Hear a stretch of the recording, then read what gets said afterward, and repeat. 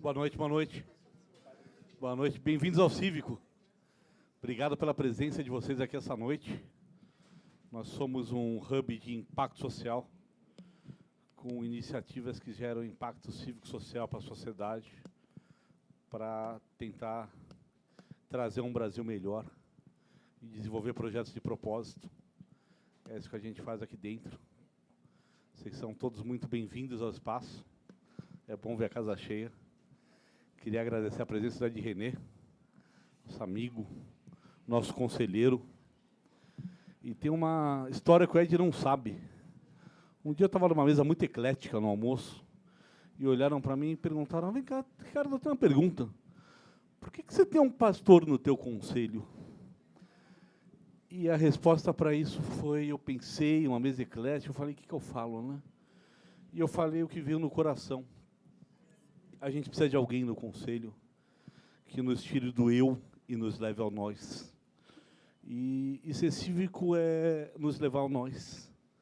É olhar pelos outros, é olhar pelo conjunto e não olhar a nós próprios. Então, queria agradecer a presença do Ed aqui. E, de uma forma muito sábia, ele tem feito isso conosco e nos levado a olhar para os outros, para as necessidades dos outros e para a colaboração. E o Código Cívico é de colaboração, é de conjunto, é de compartilhar. Muito feliz pela tua presença, Ed, aqui essa noite. Sem palavras para agradecer. Muito feliz pela presença de todos vocês aqui. Esperem que gostem. A casa é de vocês. Nos sigam nas redes sociais, venham nos visitar, venham ver os projetos de propósito, venham trazer suas ideias. Vocês são todos muito bem-vindos aqui no Cívico. Passo a palavra ao Ed, agradeço a presença de todos aí, uma boa noite. Obrigado. Obrigado, Pódivo. Boa noite a todos e todas.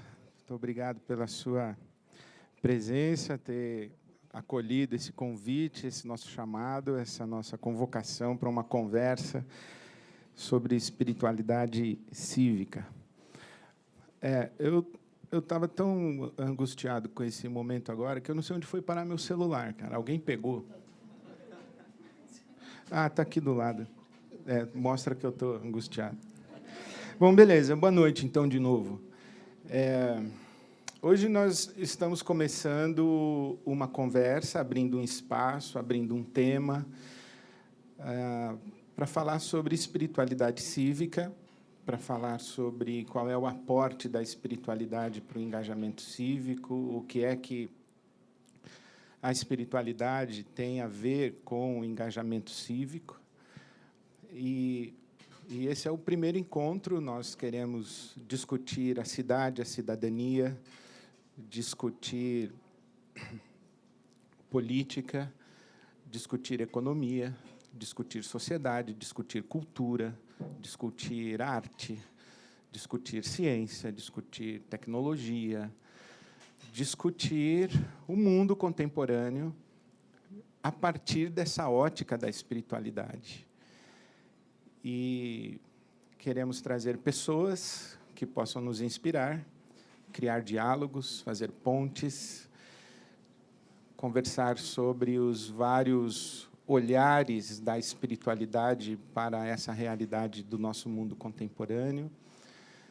E eu tenho esse privilégio de ser o curador desse espaço e tenho o privilégio de falar na primeira noite, de oferecer para você um norte ou uma referência do que é que nós estamos falando, do que eu tenho pensado e considerado sobre espiritualidade cívica.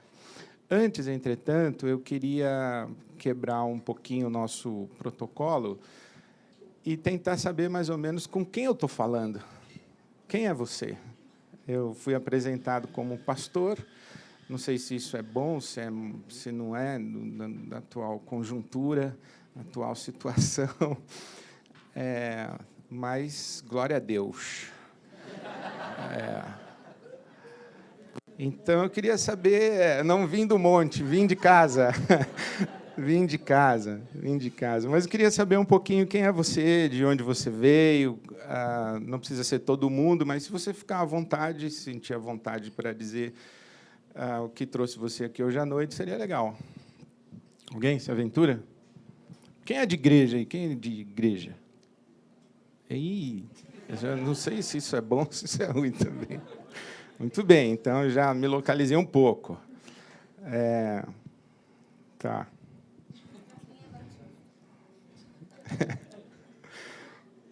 Quem é Bolsonaro, quem é PT? Não. Tudo bem. Então, gente, alguém quer falar? Sim, pois não. Mônica.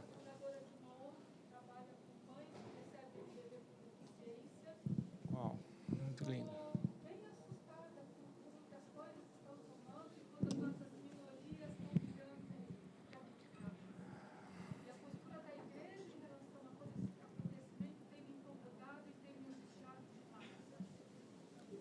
Muito bem, bem-vinda, Mônica. Como é o nome da sua ONG? Instituto Empatiai. Que lindo. Bem-vinda. Também estou assustado. Meu nome é João. João? João Batista. Eu frequento a igreja e estava fora dessa visão política e econômica, mas há uma semana eu senti uma inspiração de Deus e comecei a pesquisar, encontrei uma mídia que falava outra coisa e me mostrou uma nova visão, e eu estou muito interessado e inspirado em falar sobre política e ouvir e me engajar, entendendo pela primeira vez na minha vida coisas que eu jamais pensei que eu pudesse entender, que a política parecia cheia de barreiras e eu não conseguia entender. Mas hoje eu estou conseguindo e por isso que eu quero entender mais. Por isso sensacional, que eu estou aqui. João, você está conseguindo entender a política. Mas eu E glória a Deus. Sou solidário a você. Ele tem aberto os meus olhos e me dado um entendimento que eu quero expandir estando aqui hoje. Bem-vindo, João, bem-vindo, bem-vindo.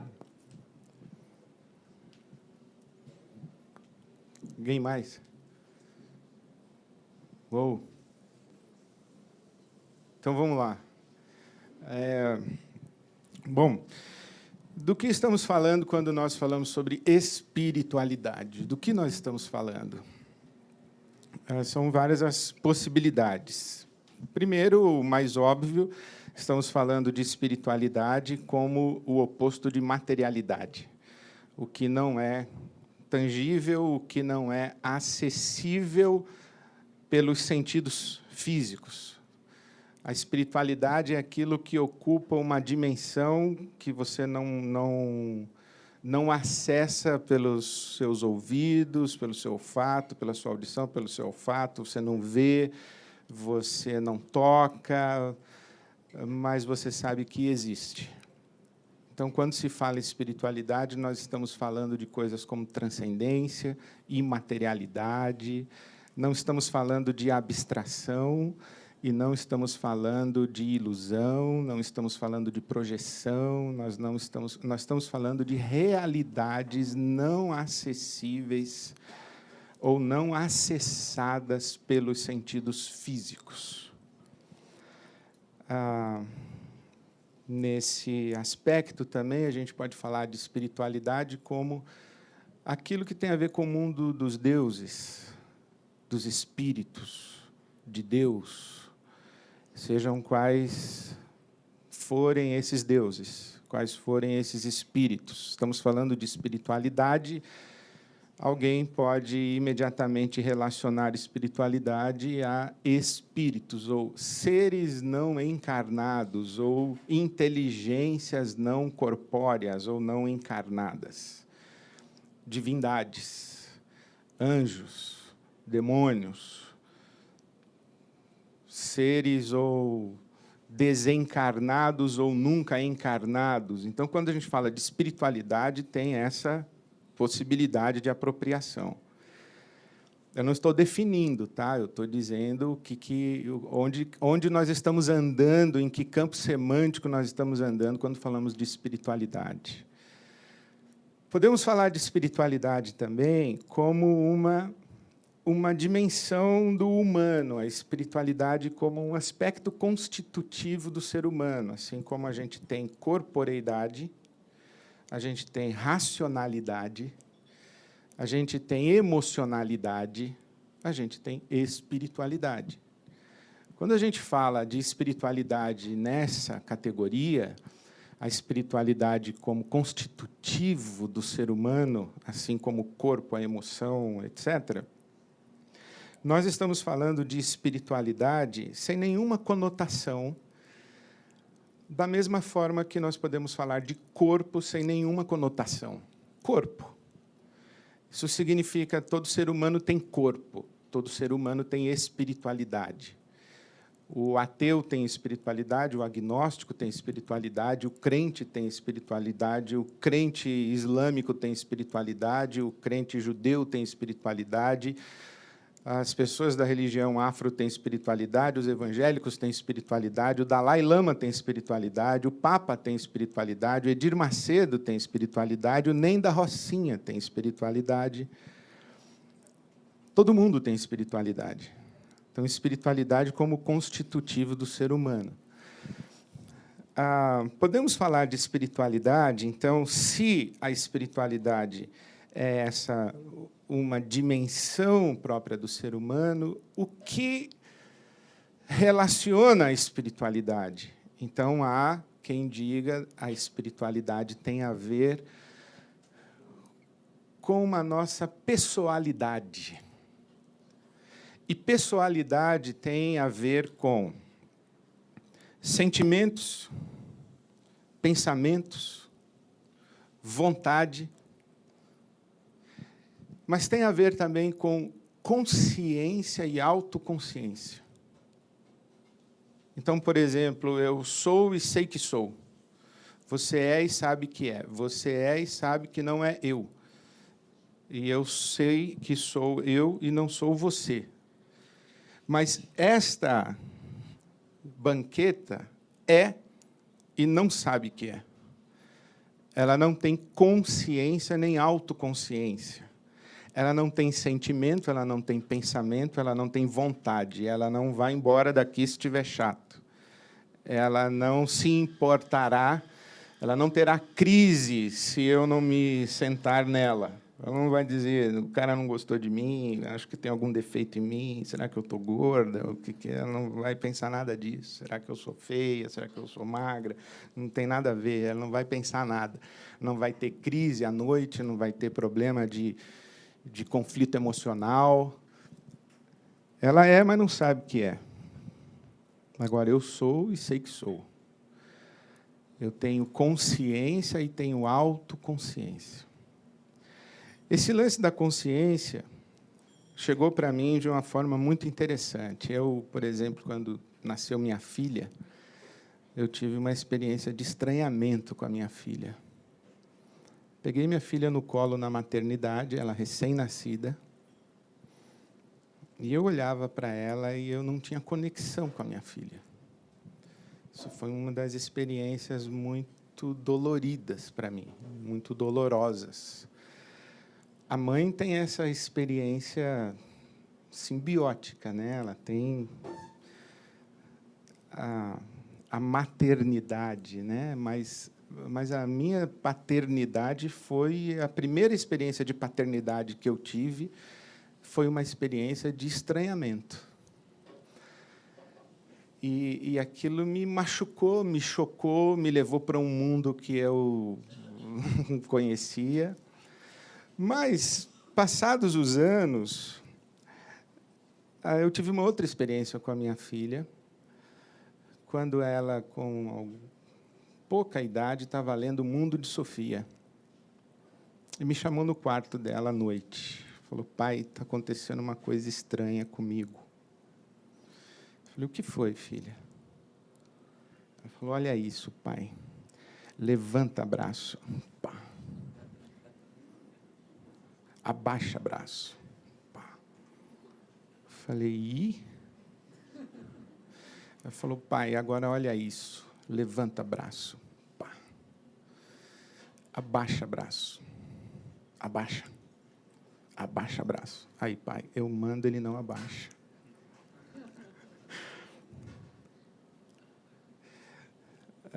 Se eu fosse de outra igreja, eu teria dito, sai desse braço que não te pertence.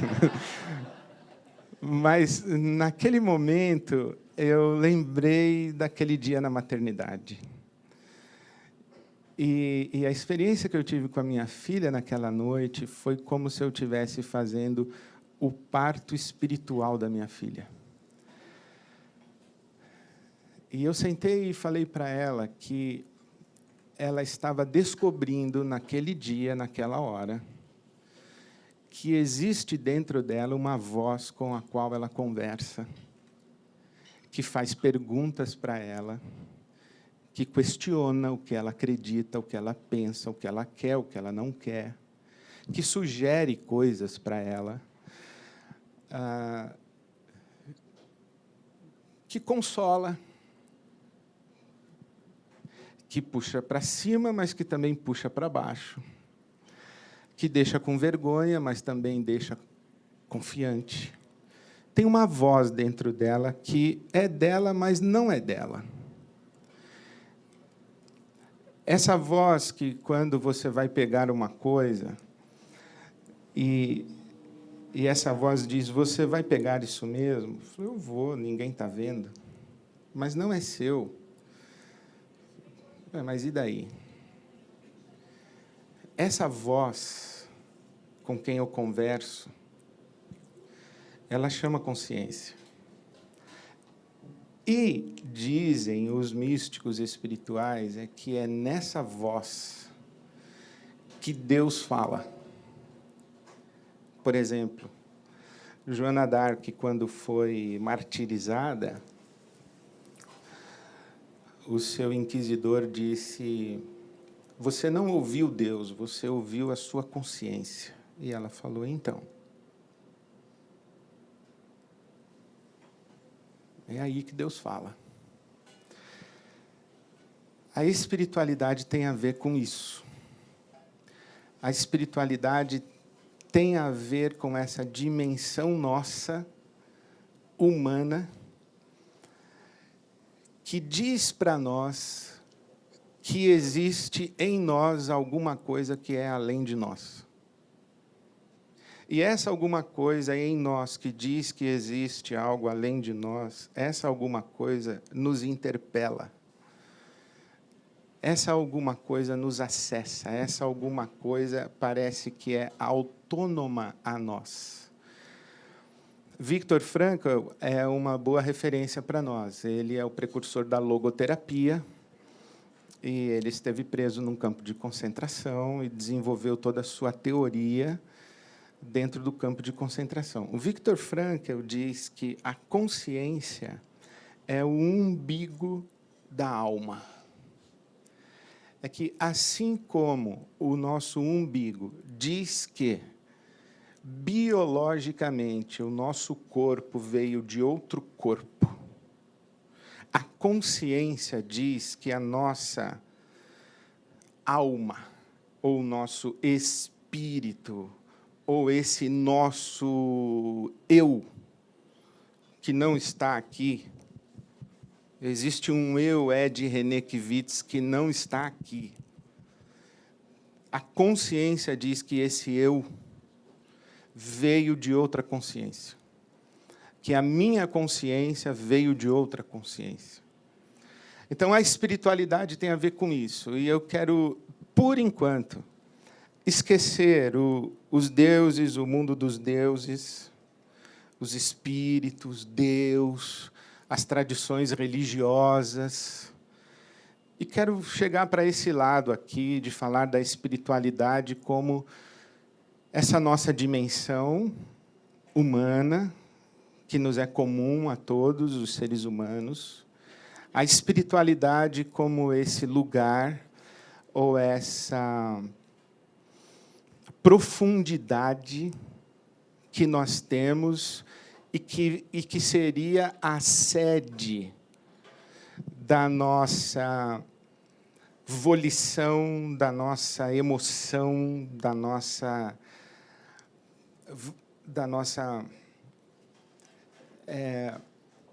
racionalidade,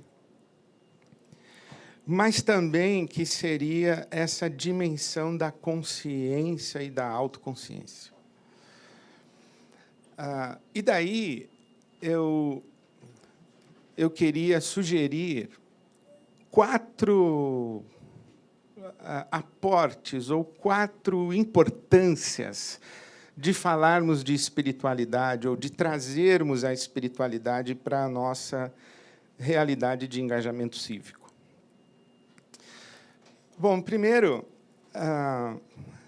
eu penso que, sendo a espiritualidade isso que nos constitui como seres humanos e que nos interpela e que nos dá a noção de que existe um algo em nós além de nós, a espiritualidade ela tem a ver com o sentido. A espiritualidade é aquilo em nós que faz a pergunta do sentido. Uma vez eu entrei na locadora com meu filho e tinha um concurso. E o concurso era responder a pergunta: quem somos nós? Aí o Vitor, meu filho, foi lá e escreveu o negócio, pôs na urna. Eu falei: o que você fez? Eu respondi a pergunta: quem somos nós? Eu falei: você sabe? Me diga. Ele falou: nós somos as únicas pessoas que perguntam quem somos nós. É isso que nós somos. Eu falei: você tem razão. Mas depois eu acho que foi o Mário Quintana que disse que alma é essa coisa que pergunta o que é alma. Na intuição do meu filho, ele chegou por aí. Nós somos os seres que perguntam quem nós somos. A nossa espiritualidade faz as perguntas por quê? Por que você nasceu no Brasil e não nasceu em Bombaim? Por que você sobreviveu e não morreu na infância? Por que essa pessoa que você ama morreu de câncer e o pai do seu vizinho não morreu de câncer? Por que tem fome no mundo? Por que o justo sofre? Por que o ímpio, o injusto, o homem mau, a pessoa má, tem melhor sorte do que a pessoa boa? Qual é o sentido de nós estarmos aqui? O porquê? A espiritualidade é essa dimensão em nós que faz as perguntas a respeito do sentido. E eu gosto demais de um teólogo alemão chamado Paul Tillich. Ele teve uma primeira fase socialista, até 1933, na Alemanha, e saiu de lá fugido do nazismo, e foi lecionar em Nova York, na Universidade de Nova York, e foi muito bonito, porque o corpo docente da universidade aceitou a redução do seu salário. Todos os professores do departamento de filosofia da universidade aceitaram a redução do seu salário para compor o salário de Paul Tillich. E ele vai lecionar em Nova York, e ele entra nessa fase chamada existencialista. Sai da fase socialista, entra na fase existencialista, que é uma fase muito produtiva, e o Paul Tillich produz coisas muito lindas aí.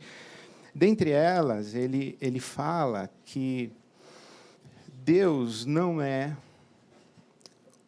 um nome indicativo de um ser ou de uma pessoa.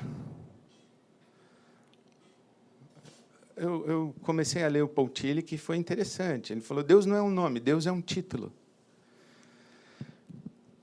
E eu imaginei o seguinte: Deus é um título que você escreve Deus num post-it, e você, então, coloca esse post-it em algum lugar, ou em alguém, ou em alguma coisa.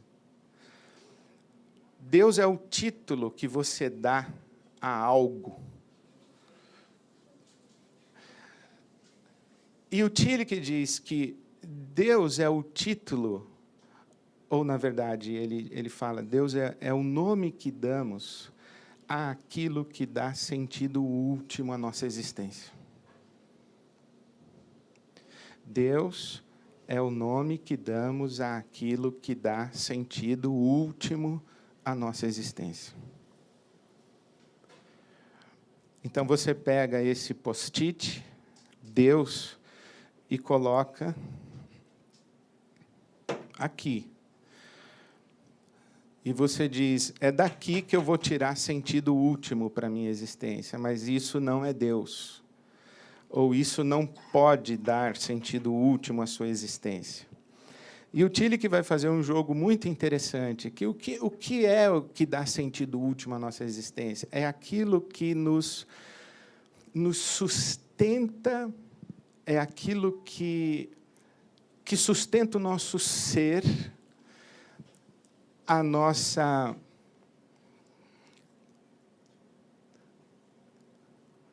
que sustenta a dignidade de ser, que sustenta a nossa dignidade de ser. É aquilo que, se eu perder, é como se eu estivesse perdendo a mim mesmo. Aquilo que, quando eu perco ou quando não tenho, eu não tenho a mim mesmo. E eu não me justifico na existência, e eu não consigo dizer o porquê eu estou aqui. É quando aquilo que eu perco não é algo que me faz falta, é um pedaço de mim que vai. E isso ganha proporções e conotações de Deus para nós. É aquilo que garante e sustenta o nosso ser e a nossa dignidade de ser. Aquilo sem o que nós preferimos não ser, é Deus para nós. Pense, o que na sua vida estaria ocuparia esse status de, se eu perder isso, eu prefiro morrer.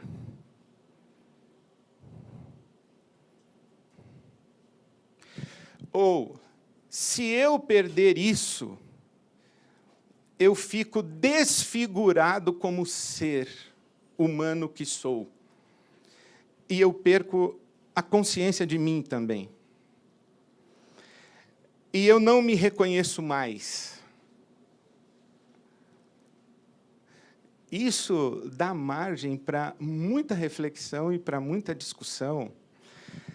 Por exemplo, nós estamos num momento bastante interessante de protagonismo feminino na nossa sociedade.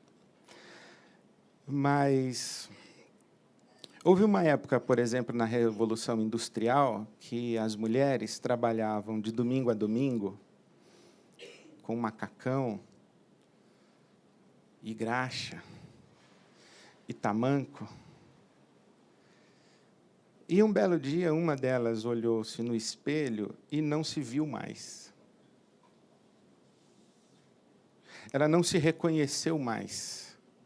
Ela não se reconheceu mais na sua condição de humanidade. Ela não se reconheceu mais na sua condição de mulher. Ela se percebeu confundida com a máquina e com a engrenagem onde ela estava inserida.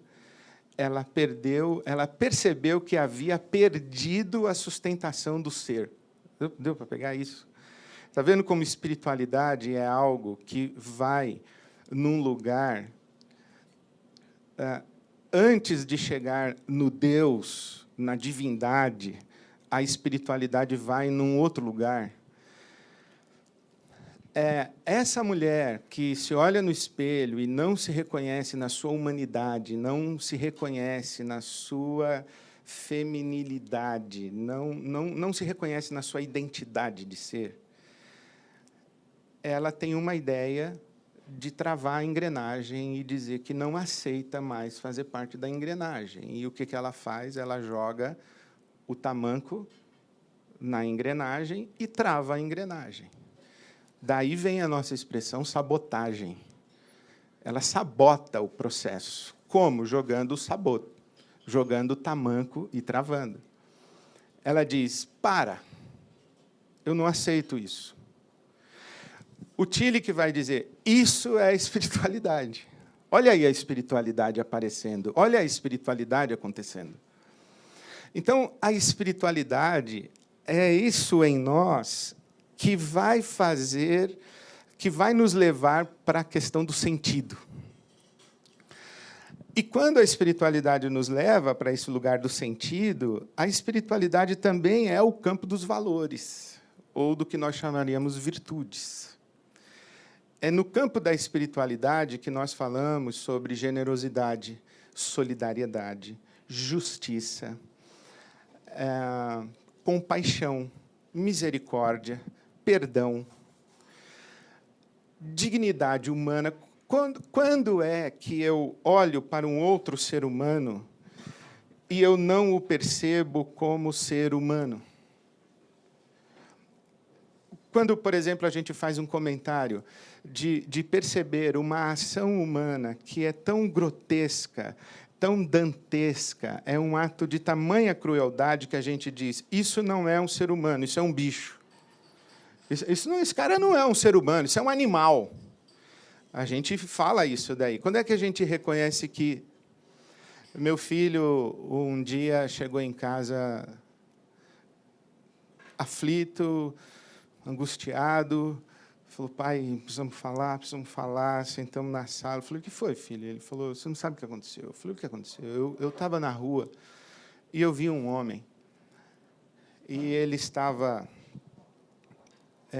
agachado, como se ele fosse um cachorro, e ele estava tentando beber água que minava da calçada. E eu fui até lá, peguei ele, levantei ele, sacudi ele, olhei para ele e falei, você não é um bicho, você é um ser humano. Você não é um cachorro para beber essa água, você é um ser humano. E ele ficou me olhando assustado. Eu falei, e daí? O que aconteceu? Eu falei, eu larguei ele lá, pai, vim embora. Eu falei, acho que ele está lá ainda. Eu não sei, mas aquilo foi muito marcante para ele, de se deparar com um ser humano que não lhe pareceu um ser humano, ou um ser humano que, aos seus próprios olhos, já não se enxergava, ou alguma coisa aconteceu ali. Mas essa alguma coisa que aconteceu ali foi suficiente para gerar, nesse que observou, um despertamento de valoração em que disse, isso é inaceitável, e eu não posso passar por isso sem tomar uma atitude, sem agir, eu não posso... Talvez ele não tenha sequer refletido e pensado, talvez ele tenha agido impulsivamente, e ido na direção daquele homem, e pego aquele homem sacudido e dizendo, olha onde você está. Então, a espiritualidade é esse conjunto de valores que estão presentes na sua consciência e que oferecem para você a matriz, ou é a fonte geradora das reações que você tem quando você se percebe no limite do ser e do não ser. Como você reage a uma realidade que está diante dos seus olhos, em que a ser-humanidade, a dignidade humana do ser, ou o sentido humano de ser, está sob ameaça, está degradado, está autodegradado, ou está opressivamente degradado, como você reage a isso? Esse conjunto de valores que ocupa a sua consciência, que faz você agir, isso é da espiritualidade. A espiritualidade, se tem a ver com essa questão do sentido e da sustentação do ser e do não ser, a espiritualidade tem a ver com o nosso conjunto de valores que dão sustentação a esse ser também. A espiritualidade, ela serve para nos oferecer as tintas com as quais a gente pinta o nosso horizonte utópico. E o horizonte utópico é como eu penso, eu sinto, eu intuo, eu acredito que as coisas deveriam ser. Como eu digo que o mundo deveria ser, como eu digo que a minha família deveria ser, como eu digo que a economia deveria ser, como eu digo que a escola deveria ser, como eu digo que a cidade deveria ser, como eu digo que a sociedade deveria ser, como eu digo que o mundo deveria ser. Como eu digo que eu deveria ser. E como eu digo que você deveria ser em relação a mim, em relação a você. O meu horizonte utópico é o meu ideal, é o meu mundo ideal. Como eu construo esse horizonte utópico, a espiritualidade vai nos fornecer isso. É por isso que a espiritualidade, e nas matrizes espirituais religiosas, nós temos sempre a figura do céu, do paraíso, do idílio, até mesmo do nirvana, que é a idealização. É da espiritualidade a questão da idealização. E sem utopia, a gente tem dificuldade de julgar o mundo presente. E tem dificuldade de agir no mundo presente. Eu vou dar um exemplo para você. Eu estava lendo um artigo do Instituto von Mises, essa escola de economia. E o autor estava dizendo o seguinte: direitos, você não tem direitos. Ou você tem direitos, mas vamos conversar um pouquinho sobre direitos. Falei, ops, me interessa, vamos ver o que vem por aí. E o autor disse assim: olha, quando você diz que você tem direito, você automaticamente afirma que alguém tem que garantir o seu direito. Então, quando você diz que alguém tem direito, que você tem direito, alguém tem dever. Quando você diz assim, olha, eu tenho direito à saúde, então alguém tem dever de cuidar da sua saúde, ou de prover para a sua saúde. Quando você diz, eu tenho direito à educação, quando você diz, eu tenho direito a trabalho, então alguém tem o dever de lhe dar trabalho. Portanto, quando você tem um direito que impõe sobre o outro um dever, você não tem um direito, você tem um privilégio. Falei, interessante, fale mais sobre isso. Aí ele disse assim, então você não tem direito à educação, à saúde, à habitação. Você tem direito a comprar e vender educação. Comprar e vender saúde. Comprar e vender habitação. Você não tem direito a... Você tem direito a oferecer a sua força de trabalho. Você não tem direito a emprego. Você tem direito a oferecer a sua força de trabalho e tem o direito de comprar quem oferece para você a sua força de trabalho. Falou, interessante. Tá, então, você está me dizendo que o sujeito de direito é aquele que está no mercado. E quem está fora do mercado, na calçada, tentando beber água que brota do chão? Você faz o que com ele?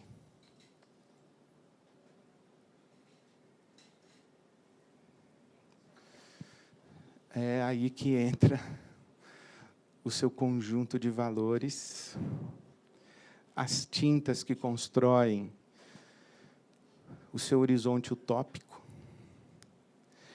e a sua noção e a sua consciência aguçada, a sua consciência sensibilizada do ser e não ser. Por isso, a espiritualidade, em quarto lugar e último, ela é a fonte de energia que mobiliza você na direção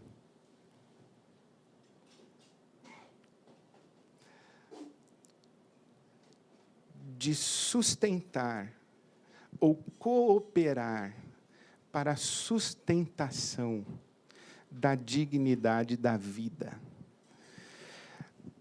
O que eu quero dizer com isso? Um corpo que não está desenvolvido, ele está atrofiado, digamos assim, ou ele está enfraquecido. Um corpo não exercitado, ele não está ágil, digamos assim. Ou uma mente não exercitada não está ágil. Uma mente não alimentada, ela não está na sua melhor condição de exercício de imaginação, criatividade, etc., etc. Bom, a espiritualidade, me parece, está na mesma categoria. Há uma espiritualidade que está desenvolvida e uma espiritualidade não desenvolvida. Uma espiritualidade sensibilizada e uma espiritualidade dessensibilizada.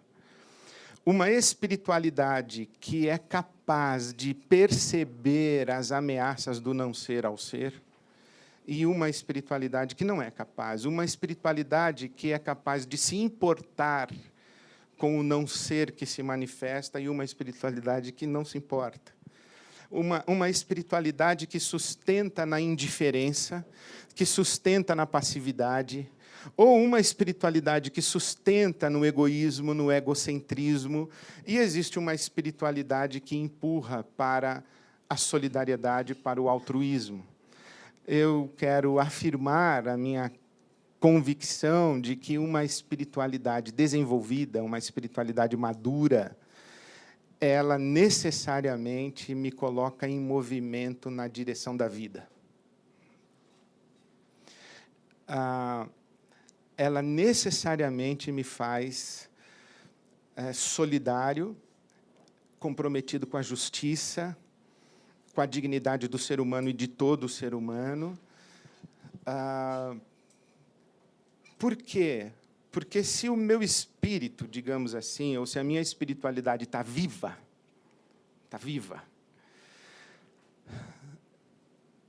a pergunta do sentido me é constante. O incômodo diante do não sentido me é insuportável.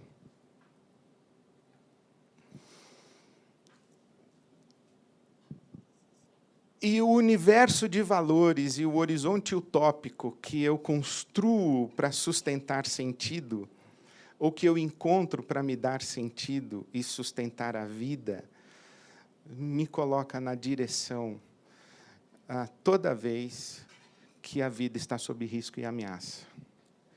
É por isso que eu faço uma ONG para cuidar de crianças que nasceram com necessidades especiais. É por isso que eu me esforço para mudar a legislação do sistema carcerário do meu país.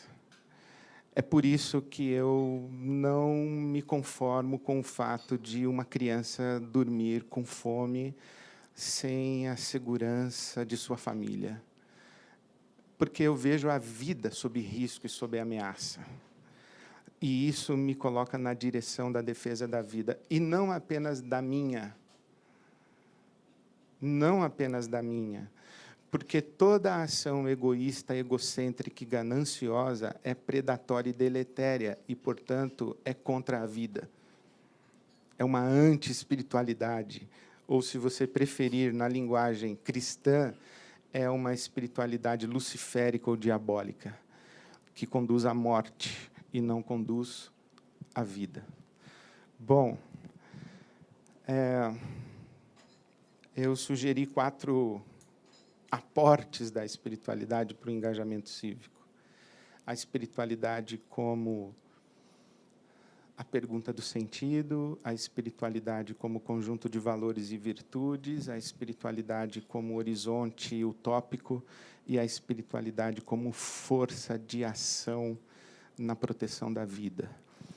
É nesse espaço, é nessa moldura que nós vamos transitar e nós vamos conversar falando sobre espiritualidade cívica. Muito obrigado por enquanto.